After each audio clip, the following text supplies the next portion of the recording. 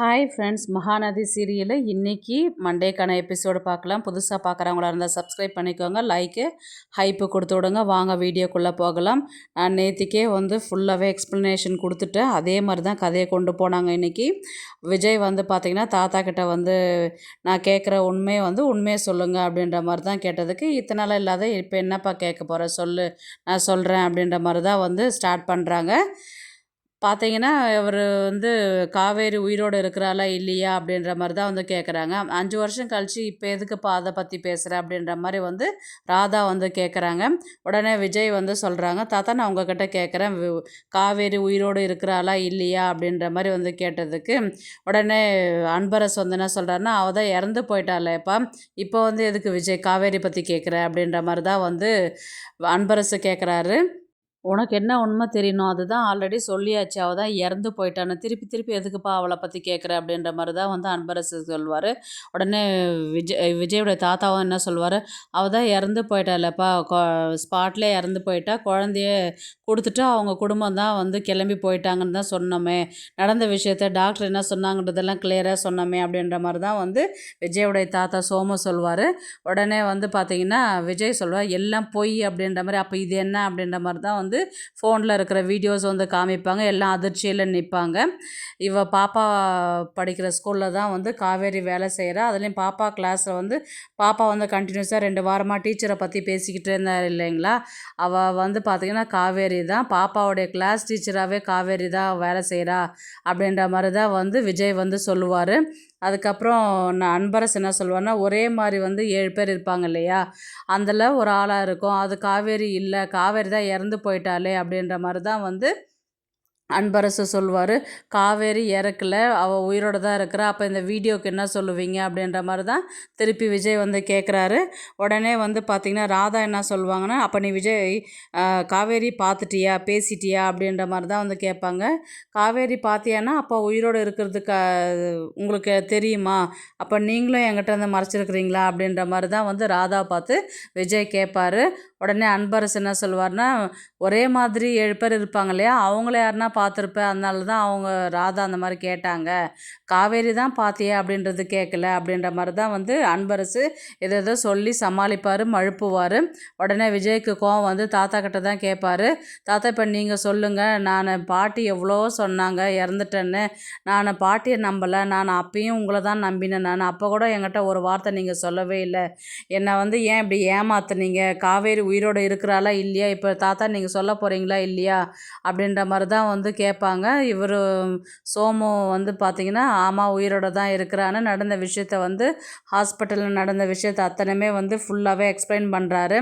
அப்போ இந்த அளவுக்கு இருக்கும்போது எதுக்கு நீங்கள் என்னை ஏமாத்துனீங்க அப்படின்ற மாதிரி கேட்டதுக்கு, நல்லதுக்காக தான். உடனே அன்பரசு என்ன சொல்லுவார்னா, பசுபதியால் தான் உன்னையும் காவேரியுமே ஆக்சிடெண்ட் பண்ணதே அவன் மூலயமா அவன் பையன் மூலயமாவும் தான், எங்களுக்கு நீ வேணும் இல்லையா, அவன் மறந்து போயிட்டதுனால அவங்க எனக்கு தேவையில்லை, பாட்டி சொன்ன மாதிரி தான், இப்போது நீ நல்லா இருக்கணும், உன் குழந்த நல்லா இருக்கணும், அதனால் அவங்க உறவே வேணான்றதுனால தான் அவங்கள அனுப்பி விட்டுட்டோம், அப்படியே காவேரி ஏன் உன்னையும் பாப்பாவையும் தேடி வரவே இல்லை, ஏன்னா அவளுக்கு உன் ஞாபகமே இல்லை அப்படின்ற மாதிரி தான் அன்பரசு சொல்லுவார். உடனே சரி அப்படியே அவங்க திரும்பி நம்ம வீட்டை பார்க்குற மாதிரி இருந்தாலும் நம்ம அந்த வீட்டில் இல்லையே, அந்த ஊரை காலி பண்ணிட்டு தான் நம்ம இங்கே இருக்கிறோமே, அப்படின்னும் போது அவங்க எப்படி திருப்பி தேடி வந்திருப்பாங்க, அப்படியே தேடி வந்திருந்தாலும் நம்ம அந்த இடத்துல இல்லையே அவளுக்கு ஞாபகம் வர்றதுக்கு அப்படின்ற மாதிரி தான் விஜய் கேட்பார்.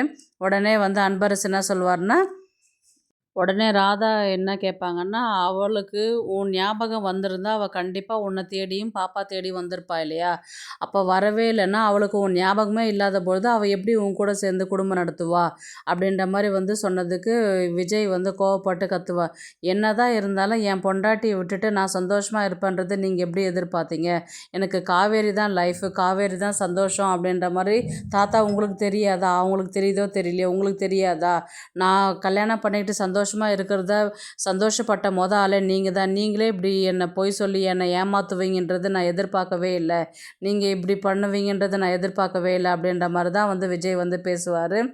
இப்போ என்னை மன்னிச்சிருப்பா அப்படின்ற மாதிரி தான் விஜயோடைய தாத்தா சோமு சொல்லுவார். உடனே வந்து பார்த்திங்கன்னா அன்பரசு தான் சொல்வார், என்ன பிரச்சனையாக இருந்தாலும் பசுபதியால் உனக்கும் பாப்பாவுக்குமே எதனா பிரச்சனை வந்துடும் அப்படின்றதுனால தான் நாங்கள் அவங்கள விட்டுட்டு உன்னை மட்டும் தனியாக நாங்கள் கூட்டிகிட்டு வந்துட்டோம். இப்போ நான் கூட இல்லைன்னா நான் சந்தோஷமாக இருப்பேன்றது நீங்கள் எப்படி நினச்சிங்க? எனக்காக இல்லைனாலும் பாப்பா வந்து அம்மா இல்லாத எப்படி வளருவா, எப்படி இருப்பான்றது நீங்கள் கொஞ்சமாவது யோசிச்சு பார்த்தீங்களா? எனக்காக இல்லைனாலும் நீங்கள் அவளுக்காக யோசிச்சு பார்க்கக்கூடாதா? நீங்கள் இப்படி பண்ணுவீங்களா நான் எதிர்பார்க்கவே இல்லை தாத்தா அப்படின்ற மாதிரி தான் வந்து விஜய் வந்து தாத்தா மேலே ரொம்ப கோவப்படுவார். அவங்களுடைய மொத்த குடும்பத்தையும் இங்கேருந்து கிளம்பி போக நீங்கள் சொன்னீங்களா அப்படின்ற மாதிரி சொன்னதுக்கு தாத்தா வந்து என்ன சொல்லுவார்னா, ஆமாம் அப்படின்ற மாதிரி தான் அவர் சொல்லுவார். அவள் எவ்வளோ கஷ்டப்பட்டு போயிருப்பா அப்படின்ற மாதிரி தான் வந்து விஜய் வந்து சொல்லி அழுறாரு. அவளை விட்டு பிரிஞ்சா நான் சந்தோஷமாக இருப்பேன்றது நீங்கள் நினச்சிங்க பார்த்தீங்களா அப்படின்ற மாதிரி விஜய் சொல்லிக்கிட்டே அழறாரு. உடனே அன்பரசு என்ன சொல்கிறாருன்னா, காவேரியை பொறுத்தவரையிலையும் விஜய்ன்ற ஒரு ஆளே இல்லைன்றது அவள் வாழ்க்கையிலேருந்து அவள் சுத்தமாகவே மறந்துட்டா. அப்படின்னும்போது அவள் எப்படி உன்னை தேடி வந்து உங்ககிட்ட சந்தோஷமாக வாழ்வான்னு எதிர்பார்க்குற விஜய் அப்படின்ற மாதிரி தான் இவர் வந்து கேட்குறாரு. உடனே விஜய் வந்து அதுக்காக என்னை கேட்காம என் பொண்டாட்டி கிளம்பி போக சொல்லுவீங்களா அப்படின்ற மாதிரி தான் வந்து கத்தி திட்டுறாரு அன்பரசை. காவேரி வேணா எல்லாமே மறந்துருக்கலாம், நான் எதையுமே மறக்கலையே, எல்லாமே எனக்கு ஞாபகம் இருக்கு இல்லையே, இருக்குது இல்லையா, நான் எப்படி அவளை மறப்பேன்னு நீங்கள் எதிர்பார்த்தீங்க, அவளை விட்டுட்டு நான் சந்தோஷமாக இருப்பேன்றது எப்படி நீங்கள் எதிர்பார்த்தீங்க தாத்தா? அவள் இல்லாமல் என்னால் சந்தோஷமாக இருக்க முடியுன்றது நீங்கள் எப்படி எதிர்பார்த்தீங்க? அவள் இறந்துட்டா, குழந்தைய மட்டும் தான் காப்பாற்ற முடிஞ்சிச்சு அப்படின்னு நீங்கள் சொன்னதை நான் முட்டாள்தனமாக நம்பினேன் பார்த்தீங்களா? என்ன சொல்லணும் அப்படின்ற மாதிரி தான் வந்து விஜய் வந்து தலையில் அடிச்சுக்கிட்டே அழுகுறாரு. உடனே ராதா வந்து என்ன சொல்கிறாங்கன்னா, காவேரிக்கு குழந்த பொறந்தது ஞாபகம் இல்லாத பட்சத்தில் எப்படி உன்னுடைய குழந்தன்றது எப்படி அவகிட்ட போய் சொல்கிற? அவளை வந்து எப்படி இங்கே வீட்டில் வச்சுட்டுருக்க சொல்கிற? அதனால தான் கிளம்பி போக சொல்லிட்டோம். நீயும் பாப்பாவும் சந்தோஷமாக இருந்தால் எங்களுக்கு அதுவே போதும். அதனால தான் நாங்கள் அவங்கள கிளம்பி போக சொல்லிட்டோம். அவங்களால தான் பிரச்சனையே. அதனால தான் பாட்டி சொன்னதை நாங்கள் அதை அக்செப்ட் பண்ணிக்கிட்டு நாங்கள் வந்து உன் சந்தோஷத்துக்காகவும் பாப்பா சந்தோஷத்துக்காகவும் மட்டும்தான் நாங்கள் இங்கே இருக்கிறோம். இதனால் தான் நம்ம இந்த ஊரை விட்டே வந்தோம் அப்படின்ற மாதிரி தான் வந்து ராதா வந்து சொல்லுவாங்க. அப்படியே இன்றைக்கான எபிசோடு வந்து முடிப்பாங்க. நாளைக்கு வந்து மண்டே எபிசோடு எப்படி காமிப்பாங்கன்றது பார்த்தீங்கன்னா, விஜய் வந்து சாரதா வீட்டுக்கு போயிட்டு காவேரியை பார்க்குற மாதிரி தான் வந்து கொண்டு போவாங்க. சாரதாவுக்கு வந்து ஞாபகம் இருக்கும், காவேரிக்கு ஞாபகம் இருக்காது. சாரதாவுக்கு ஞாபகம் இருந்து வாங்க அப்படின்ற மாதிரி தான் கூப்பிடுவாங்க. நீங்கள் உயிரோடு இருக்கிறீங்களா அப்படின்ற மாதிரி தான் வந்து ஃபஸ்ட்டு கேள்வியே கேட்பாங்க. ஏன்னா நடந்த விஷயத்த அவங்களும் வந்து விஜய்கிட்ட சொல்லுவாங்க. நீங்கள் இறந்துட்டேன்னு சொல்லிட்டு சொன்னாங்க, குழந்தை எப்படி இருக்கிறா, நீங்கள் எங்கே இருக்கிறீங்க, இப்போ எப்படி இங்கே வந்தீங்க அப்படின்ற மாதிரி தான் வந்து சாரதா வந்து விஜயை பார்த்து கேட்பாங்க.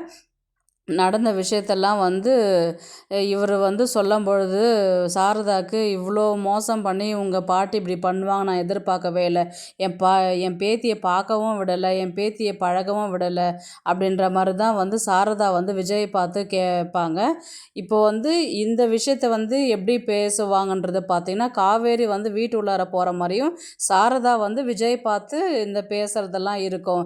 ஏன்னா காவேரி எதிர்க்கில் பேசுகிற மாதிரி இருந்ததுன்னா காவேரிக்கு ஒரே குழப்பமாக இருக்கும், யார் என்னன்றது தெரியாது, அம்மா இப்படி பேசுகிறாங்களே அப்படி மாதிரி தான் வந்து கொண்டு போவாங்க. அதனால் காவேரி வந்து பேக் எடுத்துக்கிட்டு ஆட்டோலேருந்து வீட்டு உள்ளார போகிற மாதிரி இருக்கும். சாரதா தான் விஜய் பார்த்துட்டு விஜய் வந்து சாரதா கிட்ட பேசுகிற மாதிரி தான் கதையை கொண்டு போவாங்க.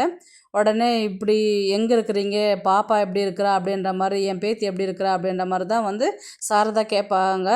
நல்லா தான் இருக்கிறா, காவேரிக்கு எப்படி இருக்குது, காவேரி என்ன பண்ணுறா, எப்படி நீங்கள் எதனா ட்ரீட்மெண்ட் பண்ணுறீங்களா என்ன அப்படின்ற மாதிரி தான் வந்து கேட்பாங்க. இல்லை மாப்பிள்ளை, எதுவுமே அவளுக்கு ஞாபகமே வரல, இந்த 5 வருஷத்தில் உங்கள் ஞாபகமும் வரல, குழந்த டெலிவரி ஆனதும் அவளுக்கு ஞாபகம் வரல, இப்போ என்ன பண்ணுறதுன்னு தெரியாது, சத்தியமாக நீங்கள் உயிரோடு இருக்கிறது எனக்கு தெரியாது, தெரிஞ்சிருந்தால் கண்டிப்பாக நாங்கள் உங்களை தேடி வந்திருப்போம், எங்கள் பேத்தியை பார்த்துருப்போம், ஏதாவது ஒரு வழி பண்ணியிருப்போம், நீங்கள் இறந்துட்டேன்னு சொல்லிட்டு தான் உங்கள் பாட்டி எங்ககிட்ட சொன்னாங்க, அதனால தான் ஊரை விட்டு கிளம்பி வந்தோம் அப்படின்ற மாதிரி தான் வந்து சாரதா சொல்லுவாங்க. இப்போ அது போகட்டும், இப்போ அவளுக்கு சுத்தமாகவே ஞாபகமே இல்லைங்களா அப்படின்ற மாதிரி, இல்லைப்பா ஏதோ ஒரு அப்பப்போ கனவு வருது அப்படின்ற மாதிரி வந்து சொல்லின்னு இருக்கிறா, அது எந்த இதுவில் சொல்லின்னு இருக்கிறான்றது எனக்கு தெரியல, ஏதோ ஒரு ஞாபகம் வருது, ஒரு கனவு தான் வருது அடிக்கடி அப்படின்ற மாதிரி தான் வந்து காவேரி சொல்லின்னு இருக்கிறா அப்படின்ற மாதிரி சாரதா விஜய் கிட்ட பேசின்னு இருப்பாங்க. உடனே காவேரி வந்து அம்மா ஏன் இன்னும் உள்ளே வரல அப்படின்ற மாதிரி தான் வந்து காவேரி வெளியில் வந்து பார்க்கும்போது அம்மாவுடைய அப்பா வந்து அம்மா கிட்ட என்ன பேசின்னு இருக்கிறாங்க, என்ன பேசுவாங்க, யார் இவர் அப்படின்ற ஒரு குழப்பத்திலே வெளியில் வந்து நிற்கும்பொழுது வந்து பார்த்திங்கன்னா மண்டே எபிசோட வந்து முடிப்பாங்க. பார்க்கலாம் கதையை வந்து எந்த தடத்தில் எடுத்துகிட்டு போகிறாங்கன்றது. ப்ளீஸ் இந்த வீடியோ பிடிச்சிருந்தா லைக் பண்ணுங்கள், ஷேர் பண்ணுங்கள், சப்ஸ்கிரைப் பண்ணுங்கள். தேங்க்ஸ் ஃபார் வாட்சிங். இந்த வீடியோ உங்களுக்கு பிடிச்சிருந்தா ஒரு லைக் போடுங்க, நம்ம சேனலை சப்ஸ்கிரைப் பண்ணுங்க.